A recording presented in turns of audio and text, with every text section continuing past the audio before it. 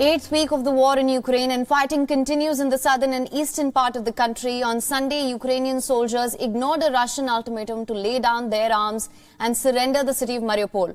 While Moscow claims its forces have completely seized the port city, Ukraine's Prime Minister has claimed otherwise. Amid these claims and counterclaims, on ground the situation is grim. Dead bodies of civilians lie unattended on the streets. Most of the city is completely destroyed due to non-stop shelling. Russia on Saturday claimed that it controlled most of the urban areas and said that the Ukrainian forces continue to control some parts of the city, specifically in a steel plant overlooking the sea. The Azovstal Steelworks is one of Europe's biggest metallurgical plants, with a maze of rail tracks, tunnels, blast furnaces. It is now the last stand for city's defenders. Ukraine's Prime Minister on Sunday maintained that the city had not yet fallen.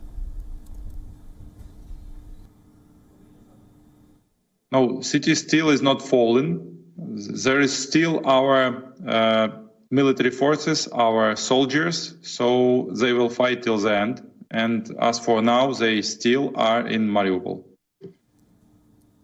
Capturing Mariupol, the main port in the Donbas region, would be a strategic win for Russia. It would also make it easier for Moscow to connect territories in Donbas under the control of Russian-backed separatists with Crimea, a region Moscow had annexed back in 2014. While there have been on and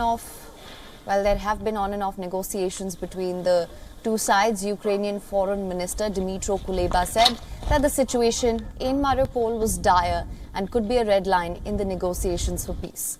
Elsewhere in Ukraine, there were more reports of Russian strikes around major population centers in Kharkiv, which is Ukraine's second biggest city. Shelling killed 5 people, injured at least 20. President Zelensky said that over 100 people had been wounded in the shelling in the city in the past 4 days alone. So far, over 4 million Ukrainians have fled the country since the start of the invasion. The economic damage is also significant. President Zelensky said that he was in talks with the International Monetary Fund for the post-war reconstruction. Ukraine's Prime Minister also said that Ukraine's budget deficit was around $5 billion a month and called for Western allies to provide more financial aid. Meanwhile, the process of Ukraine entering the European Union saw some progress. Ukraine has completed a questionnaire which will form a starting point for the EU to decide on its membership. This comes after EU Chief Ursula von der Leyen gave the questionnaire to Zelensky during her visit to Kiev last week.